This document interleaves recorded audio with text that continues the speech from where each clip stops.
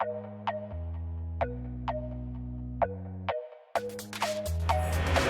I was a kid, I used to play video games all the time. I used to play the new ones, I used to play old ones, just to enjoy them, just to have fun, and that created some kind of spark.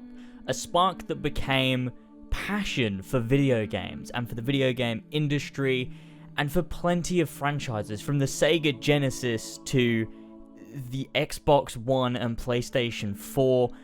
I've had many games that I've loved and had incredible experiences with, but that experience that I had as a kid, in modern gaming, it's becoming harder and harder to find. Games that you can play just to have fun, just to feel that kind of entertainment that comes specifically and only from video games. In recent years, from probably 2010 till now, we've had this increase of games trying to take more money from you, release DLCs, bring out all of these exclusive outfits and weapons and things that help you in the game that you have to pay extra money for, season passes, gold editions, all of these things that are trying to squeeze more money from you, different things that are taking advantage of gamers. We're used to it.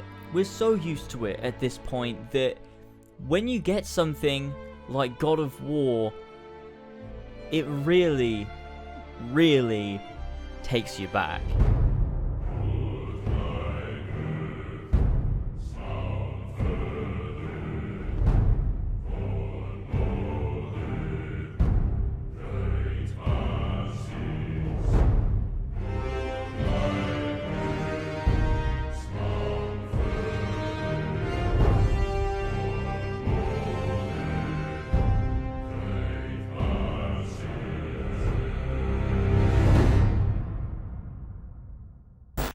Sony have been killing the games industry with this current console generation. We've had Uncharted 4, Lost Legacy.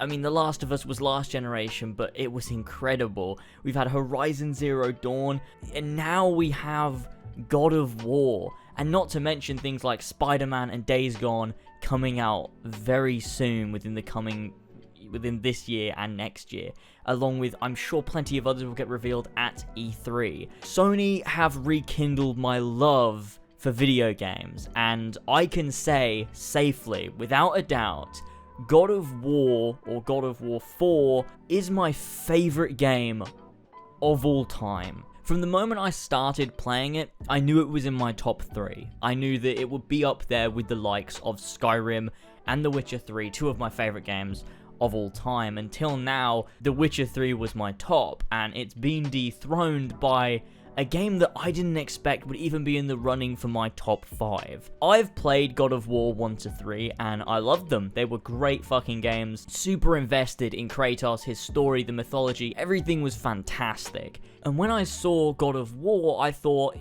yeah, it looks really fucking good, but I don't know. I didn't really look into it that much. I didn't watch a whole lot of trailers, and I just thought, well, it'll be good for sure, but it really took my breath away.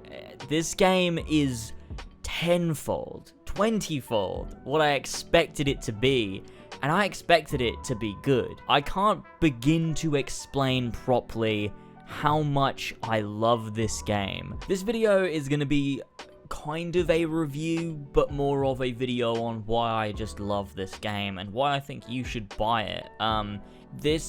It's a review, but it's an informal review, but I'm going to do my best to structure it and make it as good as I possibly can. So let's just go.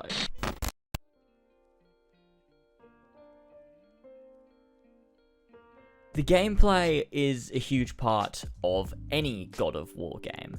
The first 3 games were hack and slash type games where you go and you kill enemies, you fight bosses, your basic stuff, but it was coupled with a fantastic narrative, a lot of character investment, and a great setting with tons of amazing lore in Greek mythology. God of War 4 does not stray from that formula. What it does is it takes that formula and it updates it to 2018.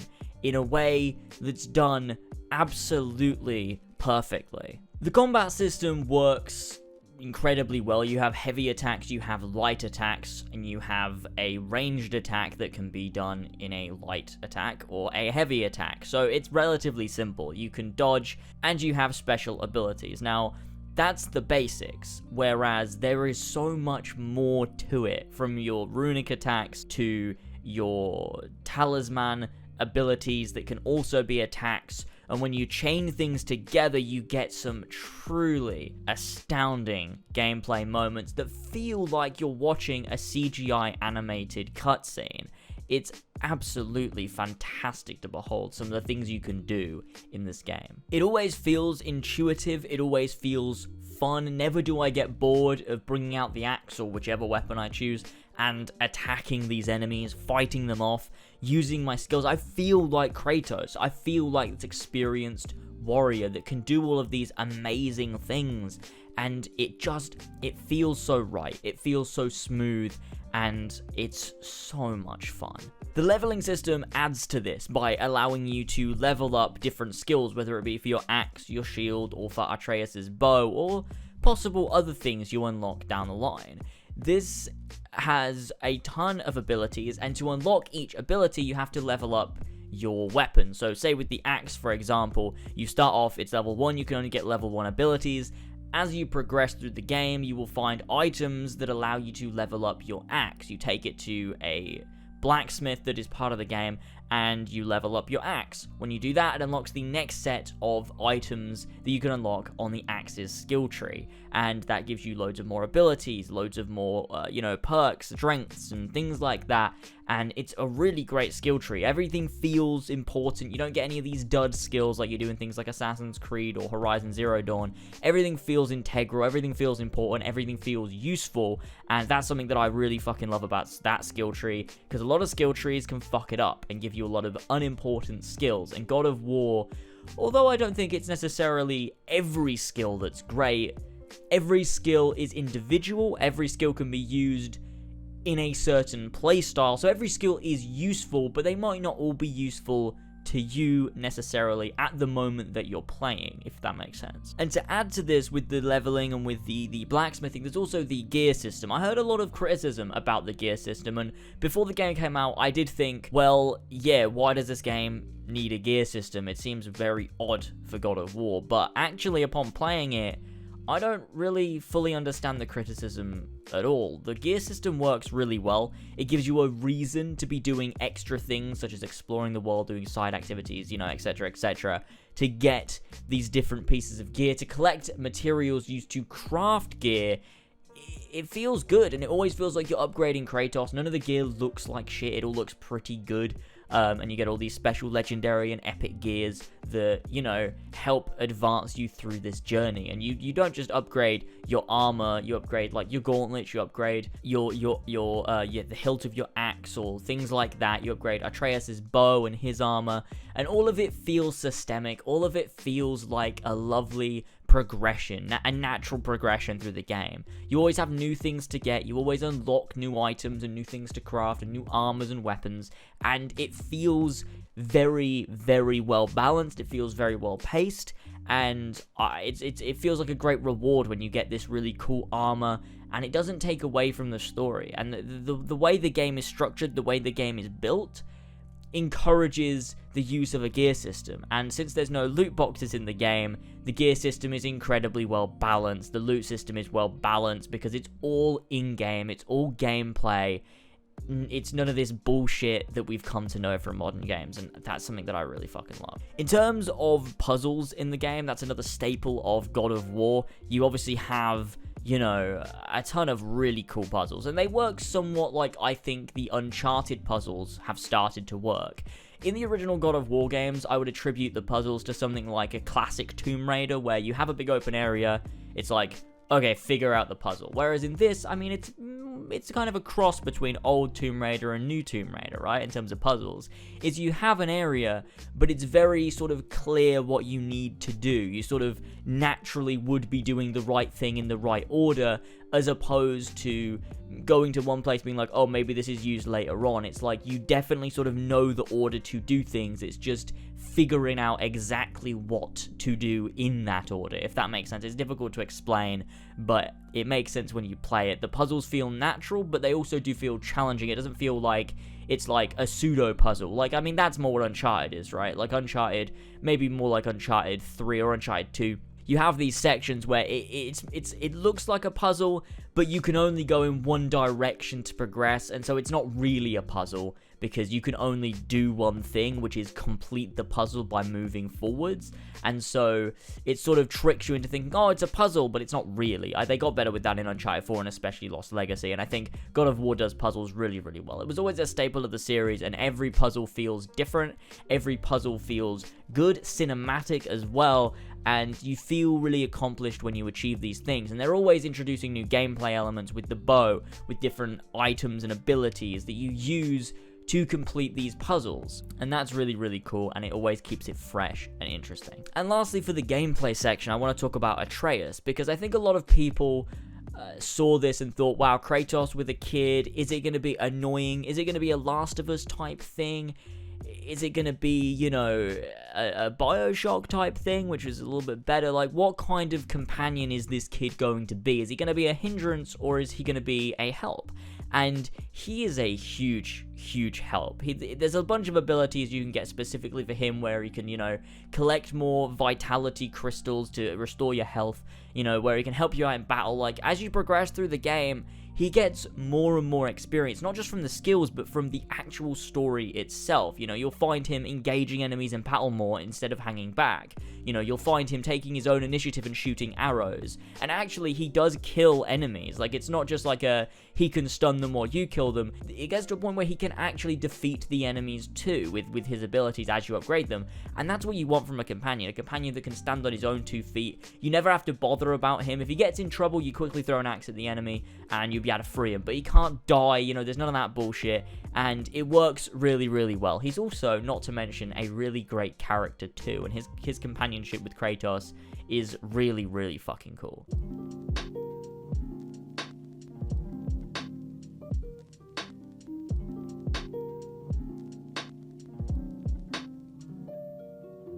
Now, with God of War, in terms of the overall franchise, with God of War 1, it was more gameplay than story, I feel, although the story was very nice. It was a very personal story to Kratos, and I don't ever think there was meant to be a sequel necessarily. I don't think it was something they planned, but the game probably went so well, it sold so well, everyone loved it, that they made a God of War 2 and a God of War 3, but it was never a cash grab, because if you play God of War 2 and 3, they do this thing, and I love it, where they recap the previous game, they recap the story so far and go, this is what happened, this is where the journey's taking us, and it just got deeper and deeper with story and lore as the God of War games went on. Now this game takes it to the next level. The structure of the story, the pacing of the story, the quality of the writing is second to none in the gaming industry. This game blew me away with the quality of writing, and it's not just in video games. I think this is one of the highest quality stories I've ever experienced in any form of media, whether it be TV, movies, novels, video games.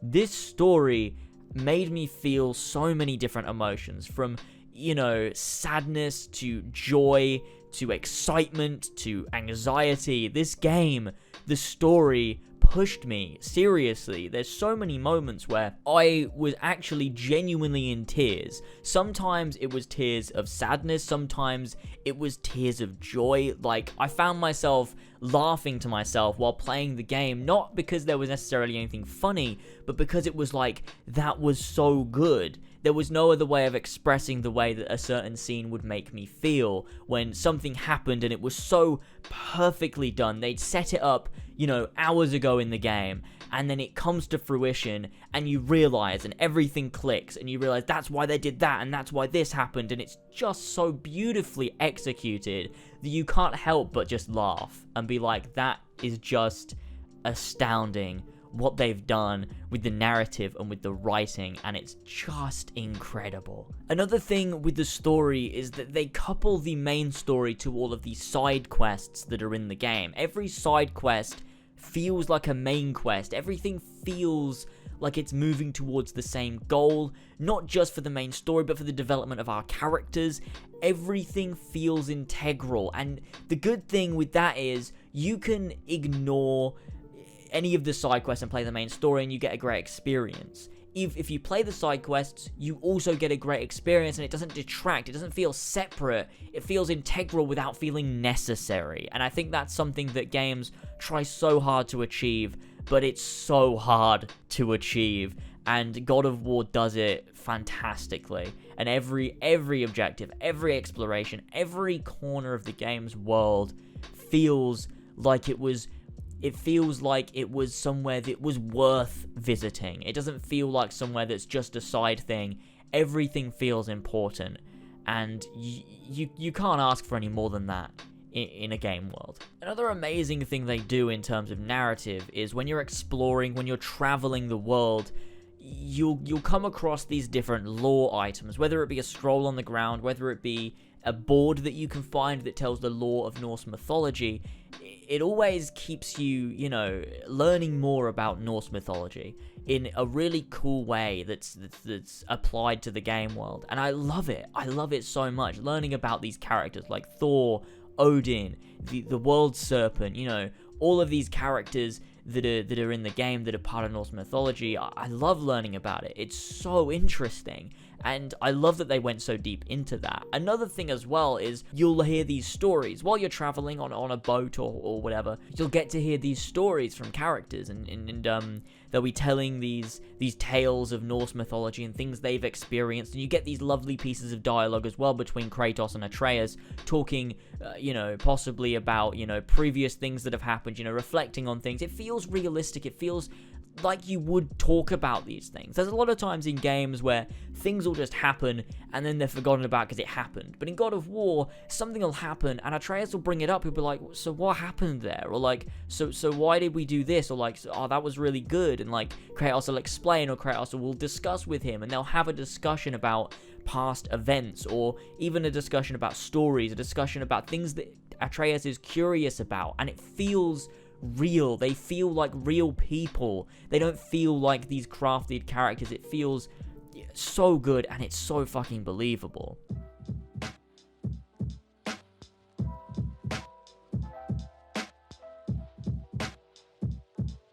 Talking about characters, you have a good host of characters. It's not overdone, but they're all very important to the story. Obviously, you've got Kratos and Atreus, which are two very important characters, the main characters of the game, and their relationship together is just so fucking good. I won't say any more about any of it, to be honest, because their relationship is integral to the story, and I don't want to spoil that for anyone. If you want to hear, our thoughts on spoilers, listen to the Kill Chronicle spoiler cast. It'll happen at some point. Another character is Mimir, which is a really cool character. He's like the comic relief. He's hilarious. He joins you on your adventure. He's fantastic. I loved him. Just from the moment you meet him to the moment at the game ends, I loved that character, and he's fantastic. Two more are Brock and Sindri, which are the blacksmiths that are throughout the world. They are fantastic characters, so funny, but also they have a lot of heart to them as well, and they interact very nicely with Kratos and Atreus. And then obviously you've got all of the various enemies that are in the game, not just, the basic enemies of like a Draugr or a Dark Elf, but, you have, the big guys, like the gods, essentially of the game, and they're really great characters that you can sort of see two sides to. And I think they really, really do that well. They set up a lot of gods well too, like people like Odin and Thor, talking about them in the lore, and like hearing stories about them. There's statues of them, and I think that's really nice, the way they build up these characters to be these huge, monumental characters that obviously, at some point, we're bound to encounter.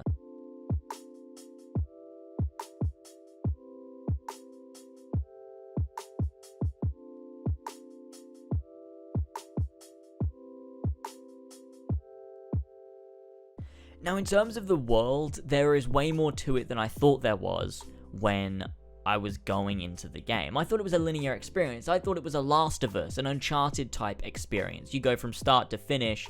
There's a few paths you can take, but it's basically a linear story. I was so fucking wrong. It's practically open world, and it's not open world in the sense of a modern open world. It's not a Witcher, it's not an Assassin's Creed, it's something different, and the only thing I can liken it to is something like the modern Tomb Raider games, and it's a bit more than that, because what those Tomb Raider games do is it's a linear experience. You go from start to finish. There's a few different paths you can take from start to finish, but you can always travel back through the world. But God of War, think of it as a big open section in the middle. You then have these branching places that can go off in any direction from this central point. And that's how the open world works. It's not like you can go from here to somewhere down here. It's like you have to go back into this central point and then you pick a path, but it's very open, but it's also done in a way that doesn't feel like your typical open world. Everything feels important. Everything feels polished. And the reason I think this game is my favorite game of all time is because you get that Uncharted experience. You get that, that polished The Last of Us experience. But you get it in a huge, explorable, expansive, interesting, detailed open world environment. And that is just incredible. Normally with open world games, you see them cutting corners because it's open world. But no, the visuals are gorgeous. There's never a loading screen, and there's so much attention to detail in the smallest things that there's no more I can say. The world is incredible. There's so many things you can do, from the side quests that I've talked about that have really, really interesting stories, to exploring areas which are not even marked on the map, which I love, because in games like The Witcher, in games like Assassin's Creed, they mark everything on the map with a question mark, meaning go here, you'll find something. If there's not a question mark, there's nothing there, don't bother. In this game, there are no markers until you find something. Then it will be a marker, because you might want to revisit. But nothing has a marker, so it feels like every place you can explore will have something. And the thing is, every place you can explore does have something, because that's how the map is designed. It's like, in your head, you don't know if there's something there, but there is something there. There always is something there. If you can go there, there's something there. And that's the way the map's designed. There's no empty space other than, potential areas for traveling or fighting enemies. If you're going somewhere, there's something to find. There's something to explore. And that's something that I love about this game world. Nothing feels like wasted time. It's all very, very important. And it's just crafted in such a beautiful way. There's things like the lore items I spoke about before that you can find throughout the world, and different collectibles such as that.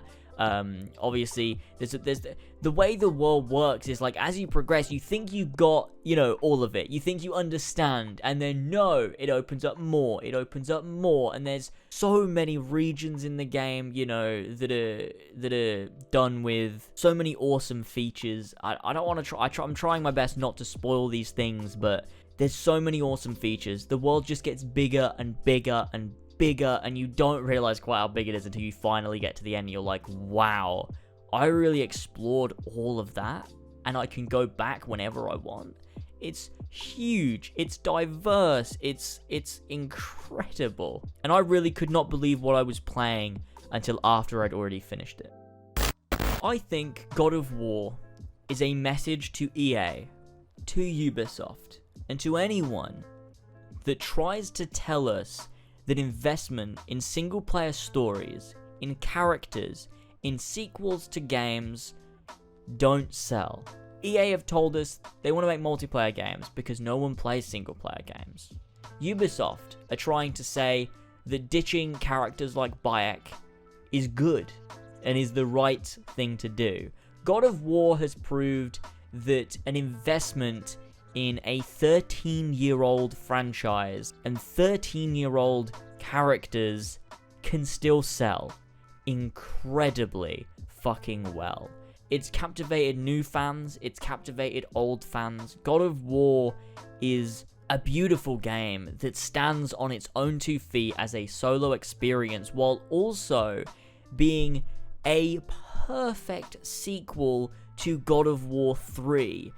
It's amazing what they've achieved with this game, and people will ask, well, how can it be a good solo game but also be a good sequel? And to answer that, I think the best way to put it, what they do with the narrative, they explain enough so that the new player can come in sort of with the viewpoint of Atreus, not knowing Kratos' past. And as if they do reveal things without spoiling anything, Atreus may learn that at the same time as the player may learn that.